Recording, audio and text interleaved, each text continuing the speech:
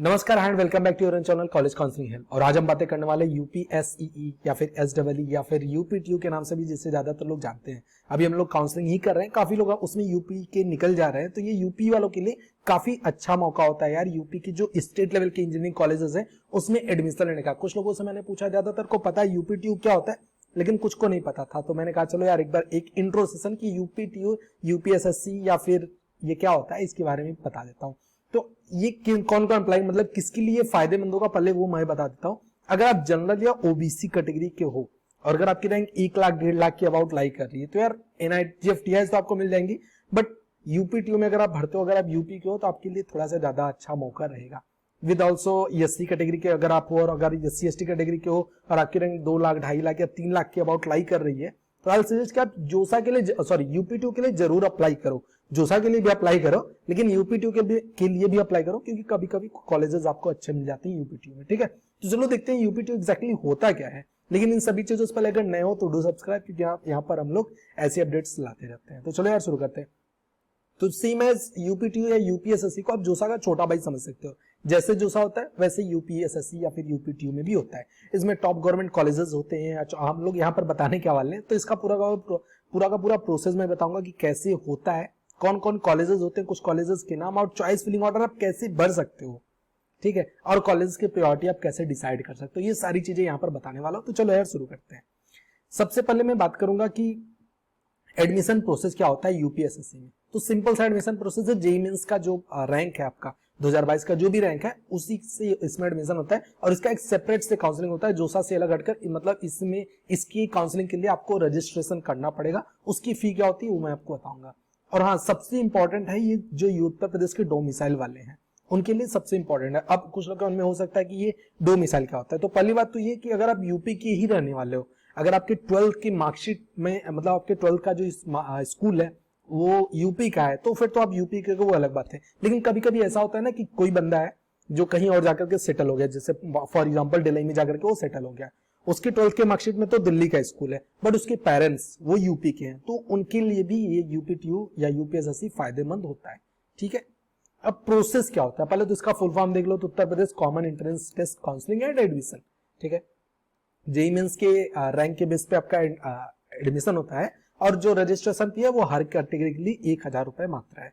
तो सिंपल सा करना क्या, इसकी ऑफिशियल साइट विजिट करो। अभी इसका काउंसलिंग जल्दी शुरू हो जाएगा। अभी इसका साइट में एरर हो रहा है, कायदे से खुल नहीं रहा है, हमने वीडियोस बनाई हुई थी इस पे, अभी खुल नहीं रहा, तो जल्दी इसका काउंसलिंग शुरू हो जाएगा। जब शुरू होगा हम आपको अपडेट करेंगे। तो इसका 1000 रुपए मात्र रजिस्ट्रेशन है। अब इसमें डॉक्यूमेंट्स क्या क्या रिक्वायर्ड होंगे, तो यार सिंपल सा 10वीं और 12वीं का पासिंग सर्टिफिकेट और मार्कशीट। मैं सीबीएसई से पढ़ा हूं तो 10th में तो सिर्फ एक मार्कशीट मिलती है आपको। 12th में आपको 5 चीजें मिलती हैं। 5 में से एक आपका मार्कशीट होता है जिसपे आपके नंबर होते हैं, एक होता है पासिंग सर्टिफिकेट। ठीक है, शायद यूपी बोर्ड में भी आपको मिलता है। उसमें पासिंग सर्टिफिकेट में ये लिखा रहता है कि फला फला, फॉर एग्जांपल आदित्य अग्रवाल ने 12th में ये सब्जेक्ट से पास किया विद ए कैटेगरी या जो भी आपका है, ठीक है, मतलब ये डिग्री, ठीक, ये पासिंग सर्टिफिकेट होता है। दूसरा होता है डोमिसाइल सर्टिफिकेट। काफी लोग परेशान आती है, डोमिसाइल सर्टिफिकेट क्या होता है, सिंपल टर्म से उसे स्टेट ऑफ एलिजिबिलिटी या फिर 12th का मार्कशीट भी आप बोल सकते हो। ठीक है, ये लग रहा है। रूरल वेटेज सर्टिफिकेट, इसमें क्या होता है ना, आपको थोड़ा सा वेटेज ज्यादा मिल जाता है अगर आप गांव के रहने वाले हो। तो आपको ग्राम पंचायत या फिर ग्राम प्रधान से जाकर के ये बस अप्रूव कराना होता है कि हाँ ये बंदा फॉर एग्जाम्पल आदित्य यहाँ के रहने वाले हैं और ये गांव अंडर रूरल में, मतलब गांव के अंडर आता है, ये ग्राम प्रधान का साइन मोटप्पा, बस that's it of rural weightage. JEE mains का स्कोर कार्ड तो आपके पास है ही। कैटेगरी सर्टिफिकेट ये सेम है, जोसा की तरह ही होता है। तो आप जोसा के वाउचर से कैटेगरी सर्टिफिकेट निकलवा सकते हो। हिंदी इंग्लिश दोनों में मान्य होता है, तो आप बनवा सकते हो। कैसे बनवाना है कुछ लोग पूछते हैं, तो आप तहसील में जाओ, तहसील पता होगा सबको, आप जाकर के बनवा सकते हो। उसके बाद मेडिकल सर्टिफिकेट, जब आप अप्लाई करते हो ना, जब जैसे ही काउंसलिंग प्रोसेस शुरू होगा यूपीएसएससी का, तो उसका एक वाउचर आएगा, उसमें मेडिकल सर्टिफिकेट का फॉर्मेट रहेगा। Don't worry, we will update you. उसके बाद कैरेक्टर सर्टिफिकेट, जो 5 चीजें मिलती हैं आपको 12th के पास होने के बाद, उसमें एक छोटा सा कैरेक्टर सर्टिफिकेट भी होता है जिसमें ये लिखा रहता है कि हाँ बच्चा सही है, स्कूल में मतलब ठीक था। Income certificate specially for EWS और ओबीसी गाइस। इनकम सर्टिफिकेट तब भी जरूरी होता है जब आप फी वेवियर लेते हो। अब कुछ लोग को डाउट होगा भैया ये फी वेवियर क्या होता है, तो इन शॉर्ट बोलूं तो जो छूट होती है, बेसिकली स्कॉलरशिप जो होती है उसे आप फी वेवियर भी बोल सकते हो। जैसे फॉर एग्जांपल अगर मैं बात करूं, अगर अगर आप जनरल या ओबीसी कैटेगरी के हैं, पेरेंट्स की इनकम 1 लाख से कम है, तो ट्यूशन फी में कुछ छूट दी जाती है या फिर कहीं कहीं पूरी छूट दे दी जाती है। तो वो आप कह सकते हो कि एक फी वेयर टाइप का होता है। तो वहां पर आपको इनकम सर्टिफिकेट ईडब्ल्यूएस वालों के लिए, ओबीसी वालों के लिए लगता ही लगता है, तो आप इनकम सर्टिफिकेट बनवा लेना। उसके बाद आती है सब कैटेगरी सर्टिफिकेट, जैसे कुछ के पेरेंट्स या फिर ग्रैंड पेरेंट्स फ्रीडम फाइटर रहे होते हैं, अगर आप फिजिकली हैंडीकैप्ड हो या फिर आपके पेरेंट्स या फिर कोई भी रिलेशन में आर्म फोर्सेस में है, तो उनका एक सब कैटेगरी सर्टिफिकेट लगता है। कुछ खास लगता नहीं है। फ्रीडम फाइटर में है तो यार ग्राम पंचायत, ग्राम सभा या फिर तहसील में जाकर के कि हाँ ये नाम है, ये इनके पिताजी या दादाजी अब फ्रीडम फाइटर रह चुके हैं, ये मानने मतलब ये ट्रूथ है, ऐसा कुछ करके। आर्म फोर्स में है तो उनका एक आईडी कार्ड ही लगा सकते हो, दैट्स इट, ठीक है, ओके। अब काउंसलिंग प्रोसेस कैसे होता है, तो यार सेम है, जैसा कि मैंने पहली लाइनें बोली कि ये सेम है, जोसा ही होता है। तो रजिस्ट्रेशन आपको यूपीएसएससी के ऑफिशियल साइट पर जाओ, वहां आप रजिस्ट्रेशन कर दो, दैट इज सिंपल यार। यूपीएसएससी टाइप करोगे .nic.in, वहां पर आपको मिल जाएगा। उसके बाद आपको चॉइस फिलिंग करना होगा। अब सबसे बेटर रोल में हम लोग यहां पर आते हैं कि चॉइस फिलिंग का क्या सीन है। तो यार चॉइस फिलिंग देखो, अब मैं अभी लास्ट में भी बताऊंगा कि आप चॉइस फिलिंग कैसे कर सकते हो, सब ठीक है। मैं आपको बताऊंगा कि आप चॉइस फिलिंग एग्जैक्टली कैसे कर सकते हो, वो लास्ट में मैं बताने वाला हूं, और हम लोग कैसे हेल्प करेंगे आपकी, वो भी मैं बताने वाला हूं, सो जस्ट डोंट वरी। उसके बाद मॉक सीट अलॉटमेंट होगी फर्स्ट राउंड के बाद। आप पहले राउंड में चॉइस फिलिंग करते हो, उसके बाद आपको फर्स्ट राउंड के बाद ही मॉक सीट अलॉटमेंट होगी, मतलब आपका सीट अलॉट कर दिया जाएगा कि आपको ये सीट मिल रही है। एक छोटा सा चीज जो इसमें जोसा से डिफरेंट होता है, जोसा में क्या होता है, फर्स्ट राउंड में भर देते हो चॉइस फिलिंग ना, तो आपका 6 राउंड तक चॉइस फिलिंग ऑर्डर वही रहता है। बट यूपीटीयू का ये खासियत है कि आप हर एक राउंड में अपना चॉइस फिलिंग चेंज कर सकते हो। टिल इसमें 4 राउंड होते हैं, तो आप हर एक राउंड में चेंज कर सकते हो। और लास्ट में जाकर के एक स्पॉट राउंड होता है, जैसे जोसा में सीएसबी के 2 राउंड होते हैं, यहाँ पर एक स्पॉट राउंड होता है यूपीटीयू का काउंसलिंग का, ठीक है। अब सीट अलॉट आपको हो जाती है, उसके बाद आपको क्या करना है वो मैं बताता हूँ। लेकिन एक छोटा सा सवाल आपके मन में आ सकता है, भैया चॉइस फिलिंग मैं कैसे करूं। तो चॉइस फिलिंग के कुछ टिप्स एंड ट्रिक्स हमने वीडियो के लास्ट में बता रखी है, लेकिन अभी के लिए मैं आपको बता दूं, तो हमने जैसे जोसा की काउंसलिंग हम लोग करवा रहे हैं पेड काउंसलिंग, वैसे यूपीटीयू की काउंसलिंग भी हम लोग करवा रहे हैं। इसमें आपको फोन सपोर्ट, फुल सपोर्ट दोनों मिल जाएगा। अभी पहले 200 रजिस्ट्रेशन के लिए अप्रोक्सीमेटली 200 रजिस्ट्रेशन हमारा पहुंच चुका है, बट फिर भी अगर आप रजिस्टर करते हैं आज के आज, तो 200 रजिस्ट्रेशन के लिए 399 रुपए अभी मात्र चार्जेस है, वरना ये 499 हो जाएंगे कुछ दिन में। उसके बाद फुल सपोर्ट में 899 का चार्ज है, वरना कुछ दिन में ये 999 हो जाएंगे। फुल सपोर्ट और कॉल सपोर्ट में क्या डिफरेंस है, बेसिकली फोन सपोर्ट और फुल सपोर्ट में क्या डिफरेंस है।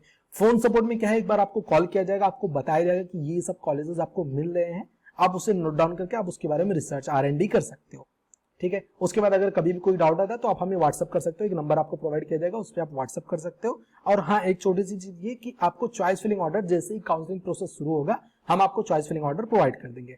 देन फुल सपोर्ट की बात करूं या कंप्लीट सपोर्ट की बात करूं, तो उसमें क्या होता है कि हम आपको कॉल करेंगे, बताएंगे कि ये सब आपको कॉलेजेस आपको मिल रहे हैं। फिर क्या होगा कि आप हमें अगर कभी भी कोई डाउट आता है काउंसलिंग से रिलेटेड, तो आप हमें कॉल बैक भी कर सकते हो, व्हाट्सएप के थ्रू मैसेज कर सकते हो या कॉल बैक कर सकते हो, और हम आपको चॉइस फिलिंग ऑर्डर भी प्रोवाइड करेंगे बाद में जब काउंसलिंग प्रोसेस शुरू होगा। तो this is it about counselling process. मतलब अभी तक यहाँ हो गया कि आपने चॉइस फिलिंग ऑर्डर भरी, कैसे भर सकते हो, हम आपकी कहां पर हेल्प करेंगे वो मैंने बता दी। उसके बाद चॉइस फिलिंग ऑर्डर हमने भर दी, फिर मॉक सीट अलॉट हो गया। अब मॉक सीट अलॉट हुआ तो आप क्या कर सकते हैं मॉक सीट अलॉट होने के बाद, ठीक है। मॉक सीट अलॉट होने के बाद मान लो आपको कॉलेज, मतलब वो कॉलेज और वो कैटेगरी, मतलब बेसिकली ब्रांच पसंद आ गई, ठीक है। तो आप सिंपल सा है, फ्रीज फ्लोट स्लाइड करके, बेसिकली फ्रीज करके, अगर पसंद आ गई तो फ्रीज करो, अपना seat download, seat allotment letter होता है उसे डाउनलोड करो। सिंपल सा उसमें लिखा रहेगा कि आपको क्या क्या डॉक्यूमेंट्स लेकर आने हैं, बेसिकली वो मैंने आपको ऑलरेडी बता दिया है।